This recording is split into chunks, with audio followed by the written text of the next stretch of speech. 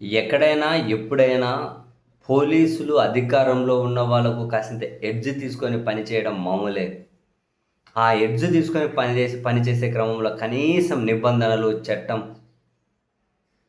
ఇవన్నా follow అయ్యే ప్రయత్నం, follow అవుతున్నాము అనే అభిప్రాయం జనంలో కలిగించే ప్రయత్నమైనా చేస్తారు. కానీ అదేంటో మన ఆంధ్రప్రదేశ్‌లో పోలీసులు తెలుగుదేశం పార్టీ అండ్ కూటమి పార్టీల కళ్ళల్లో ఆనందం కోసం ఇటు వైఎస్ఆర్ కాంగ్రెస్ పార్టీ వాళ్ళను, ముఖ్యంగా వైఎస్ఆర్ కాంగ్రెస్ పార్టీకి సంబంధించిన సోషల్ మీడియాను టార్గెట్ చేసే క్రమంలో ఎక్కడే కూడా నిబంధనలు పాటించడం కాదు, పాటిస్తున్నారు అనే ఫీల్ కూడా జనానికి కలగకుండా. ఎందుకు ఆ డిపార్ట్మెంట్లో పనిచేసే వాళ్ళకి మెజారిటీ నాకు తెలిసి వీళ్ళ చేష్టలు నచ్చి ఉండకపోవచ్చు. అంటే ఇప్పుడు కూటమి పార్టీల తరపున వాళ్ళ రాజకీయ ప్రయోజనాలను పోలీసులు వీళ్ళ భుజానకేసుకొని ఎందుకు వైసీపీ సోషల్ మీడియాను ఒక పక్క హింసించుకుంటూ, ఆ హింస శారీరక హింస కావచ్చు, మానసిక హింస కావచ్చు.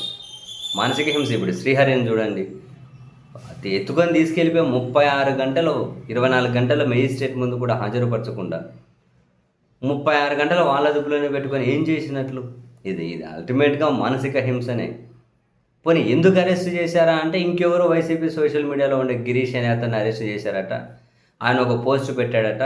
ఆ పోస్ట్ శ్రీహరి ఎక్కడో గ్రూప్లో షేర్ చేశాడట. అక్కడి నుంచి ఈయన తెచ్చుకున్నాడట. ఇటువంటి వాటి కేసులు పెట్టుకుంటూ పోతే ఈ రాష్ట్రంలో 6-7 కోట్ల మంది మీద, 7-8 కోట్ల మంది మీద, ఈ దేశంలో 140 కోట్ల మంది మీద, అందరి మీద కేసులు పెట్టి అరెస్ట్ చేయొచ్చు. అయితే ఒకరు ముందు ఒకరు వెనక ఇలా పెట్టుకుంటూ పోతే ఎవరి మీదైనా అరెస్ట్ చేయొచ్చు, అందరి మీద పెట్టేయచ్చు. ఇటువంటి మళ్ళీ దీని మీద 111 సెక్షన్లు అని చెప్పి పెట్టి, అరే ఒక పక్క పోలీసులు ప్రభుభక్తి, చివరికి ఇన్ఛార్జీలను కలిసేకపోయినా నెత్తి మీద టోపీ లేకుండా, కాళ్ళలో షూ లేకుండా, ఇట్లా ఒక పక్క ప్రభుభక్తి,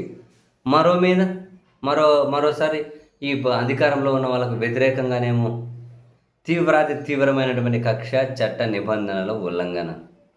ఇంత యథేచ్ఛగా అంటే ఎవరు మనల్ని అడ్డుకునే వాళ్ళు లేరు అని, ఉంది ఇంకా 3 ఏళ్ళు రాజ్యం ఇష్టరీతిని మనం చేసుకుంటూ పోదాంలే, తర్వాత ఎవరికి తెలుసు చూసుకుందాం. మరి ఏ కాన్ఫిడెన్సో తెలియదు. అసలు చట్టం గౌరవింపబడితే పోలీసులు గౌరవింపబడతారు. చట్టంని పోలీసులు గౌరవించినప్పుడు పోలీసులను సమాజం గౌరవించదు. ఈ సింపుల్ లాజిక్ ఎట్లా మిస్ అవుతున్నారు? పోనీ ఇప్పుడు ఆంధ్రప్రదేశ్లో పోలీసుల మీద ఎవరికైనా కనుక ఒక మంచి అభిప్రాయం ఏర్పడి ఉందా? అందరూ పోలీసులు ఈ విధంగా లేకుండా పోయి ఉండొచ్చు, కానీ కొందరు పోలీసులు చేసే పని అందరికీ అంటగడతారు కదా. ఎంతమంది క్రిమినల్స్ తప్పించుకొని తిరుగుతూ ఉంటే నాన్ బెయిలబుల్ వారెంట్లు ఉన్నాయి. ఎంతమందిని పోలీసులు వాళ్ళని తీసుకెళ్ళి కోర్టు ముందు ప్రొడ్యూస్ చేస్తూ ఉన్నారు.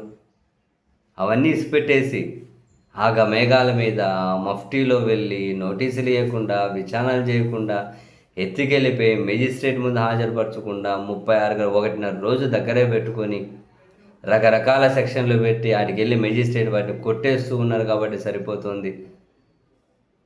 లేకపోతే ఈ పోలీసులు పెడుతున్న కేసుల ప్రకారం ఇంకా దాదాపు రాష్ట్రంలో 40% మంది, అంటే 40% మంది మొన్న వైసీపీకి ఓటేశారు కదా. సో 40% మంది అంతా ఇంకా జైళ్ళలోనే ఉండలేము. ప్రభుత్వాలు ఎక్కడైనా చట్టం, నిబంధనలు వాటికి లోబడి పని చేయాలి అంటారు. కనీసం పని చేస్తున్నట్లన్నా కనిపించాలి అంటారు. ఆ ప్రభుత్వాల తరపున అంటే వ్యవస్థలు ఆ పని చెయ్యాలి. కానీ నిజంగానే పోలీసులకు దేశంలో చిట్ట చివరి ర్యాంకు వాళ్ళ పనితీరులో ఎందుకు వచ్చింది అంటే అదిగో ఇటువంటి సంఘటనలే. అంటే చిట్ట చివరి ర్యాంక్ ఏమైనా మళ్ళీ మెరుగవుతుంది అని పోలీసులు ఏమైనా భయం పట్టుకుందేమో. ఆ చిట్ట చివరి ర్యాంకును పదిలం చేసుకోవడం కోసం పదే పోలీసులు ప్రతిరోజు పనిచేస్తున్నట్టు కనిపిస్తూ ఉన్నారు. ఎందుకండి ఇంత అల్టిమేట్, ఇంత ఎక్స్ట్రీమ్ వెళ్ళి ఆ వ్యవస్థను కూడా పణంగా పెట్టి రాజకీయ ప్రయోజనాలు నెరవేర్చడం కోసం పనిచేయాల్సిన అవసరం ఉందా? పోలీసులు మిమ్మల్ని మీరు ఎప్పుడు ఆత్మవిమర్శ చేసుకోవాల్సిన అవసరం లేదా?